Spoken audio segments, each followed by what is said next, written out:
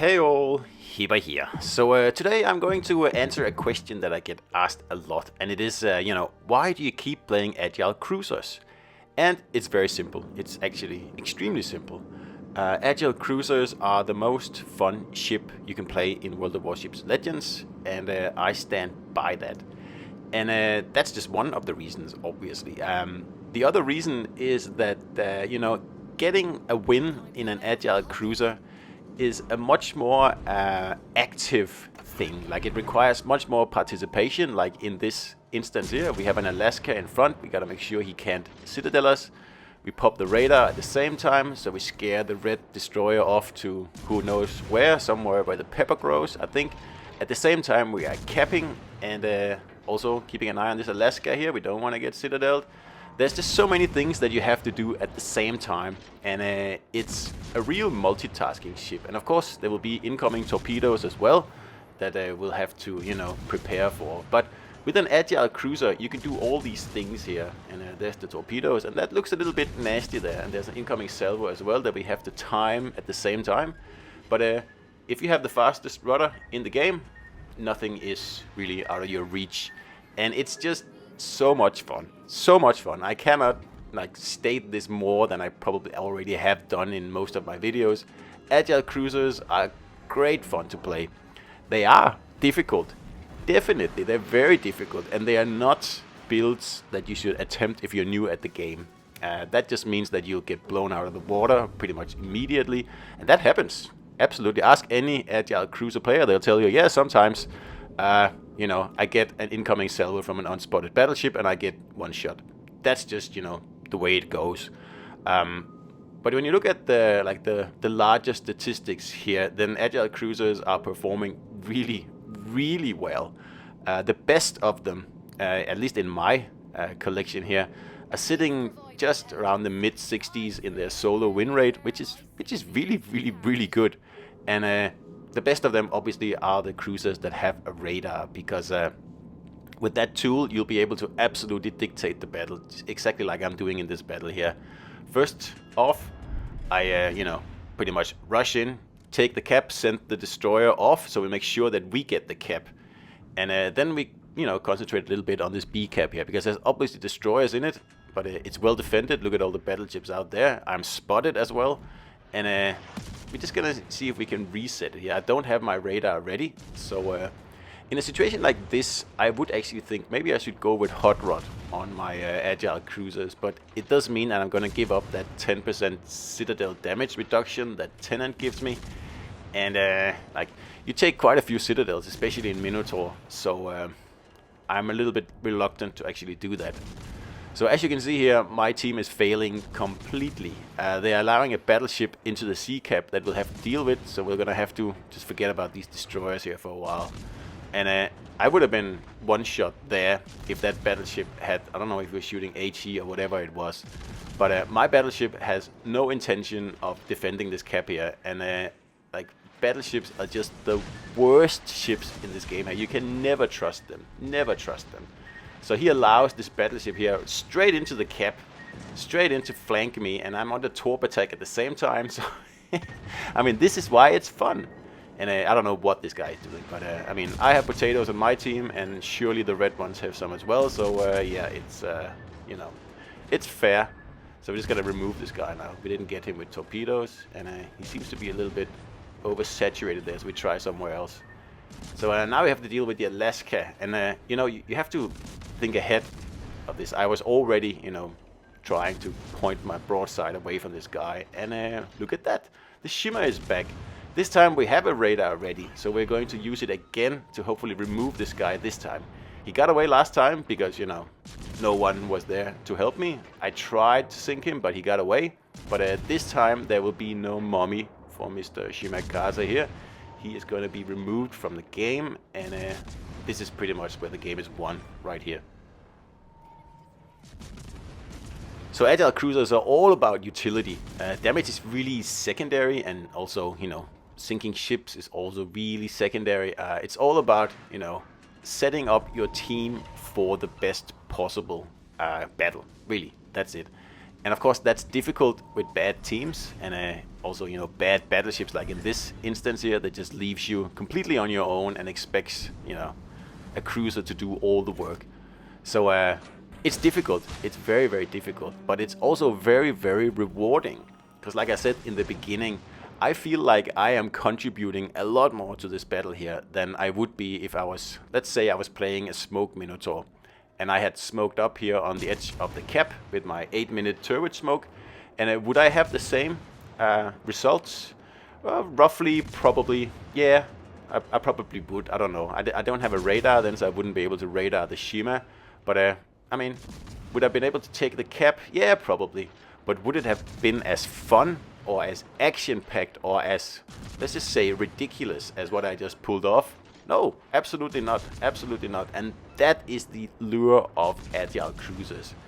It turns what is basically a pretty static game here, let's be honest, unless you play a destroyer, into something that is far more action-packed and far more on the edge, really.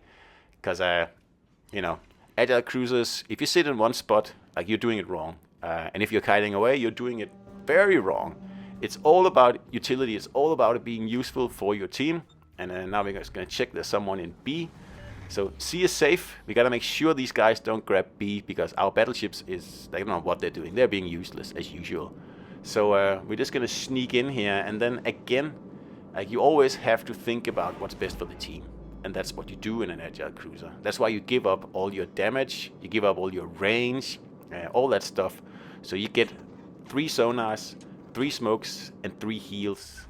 That's so important. 2 is not enough. You'll need 3 if you want to be a utility cruiser. So there's the Elbing, and he just gets a little, you know, hello here, and that's the end of him. We almost got him before as well, but didn't really manage it. But we, you know, ended up finishing the job here just like we did on the Shima. And again, we are now ahead by, what is that, 2 ships or something like that. So all I have to do now is cap B, and the Elbing was nice enough to leave a smoke in there, so I'm just going to use that.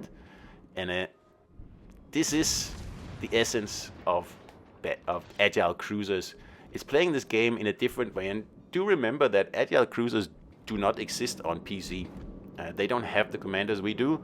They don't have the same skills as we do, and it's not something that you can find, at least to my knowledge, on PC. Perhaps Wichita and ships like that might qualify, but nowhere to the extent that we have on console, which is excellent. That's what we want. We want more different builds. We want more fun. We want to have more, you know, things to do in this game here. And then we have a potato Shima here that we're just gonna remove as a bonus.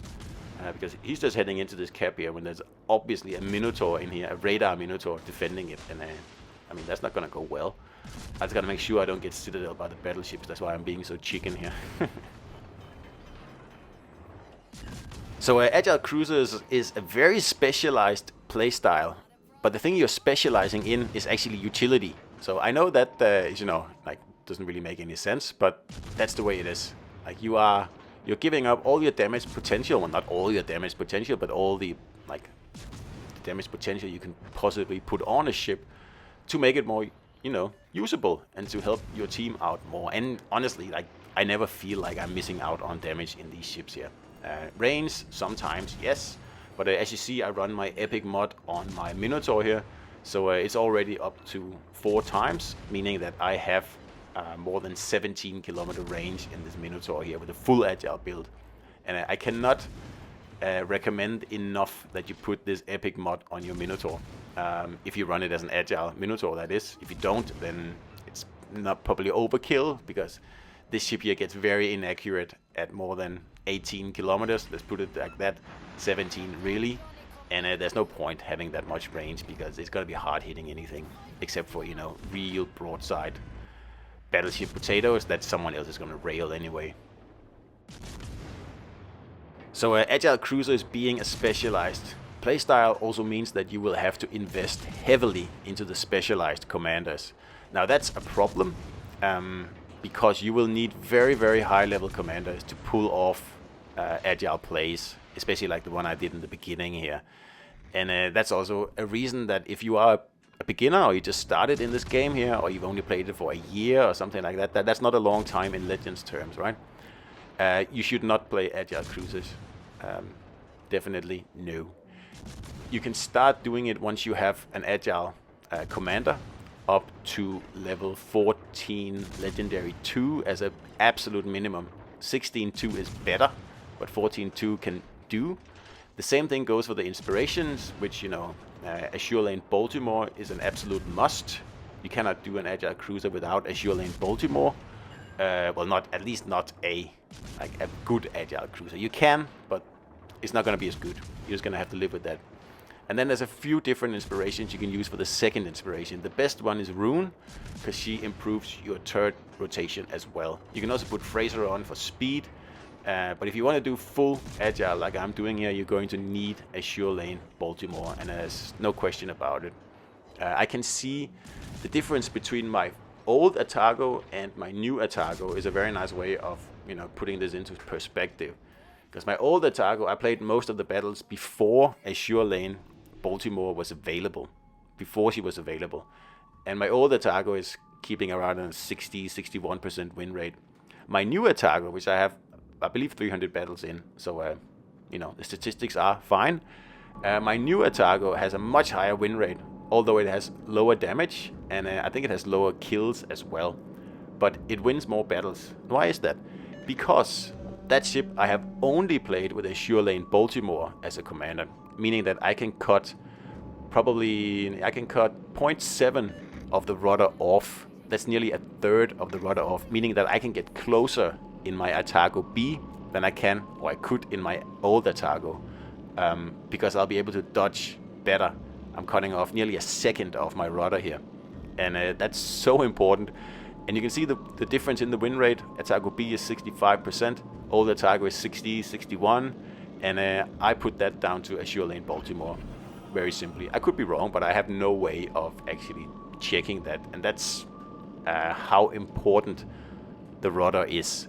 Rudder is not the only thing. Like, these consumables are actually even more important. It's important that you have 3 of them. See, I only have 1 sonar left here. I've used everything else, and it's so important. Like, you have to pick fully packed on your Agile Cruisers. Otherwise, what's the point? What are you trying to achieve then? You're gimping like your cruiser's damage, but you're not giving it any tools to make up for it. So that's very important. Do not play an Agile Cruiser without at least 3 of every consumable. So here I'm thinking, oh, I would like a little Kraken here. But unfortunately that, well, or fortunately, whatever you want to put it, the curve first make that impossible. Anyway, battles like this is what I love. And an Agile Minotaur is just so much fun. And, you know, if you have the commanders and you have the patience to, you know, to learn Agile Cruisers, it's very rewarding. So hope you enjoyed it. See you out there.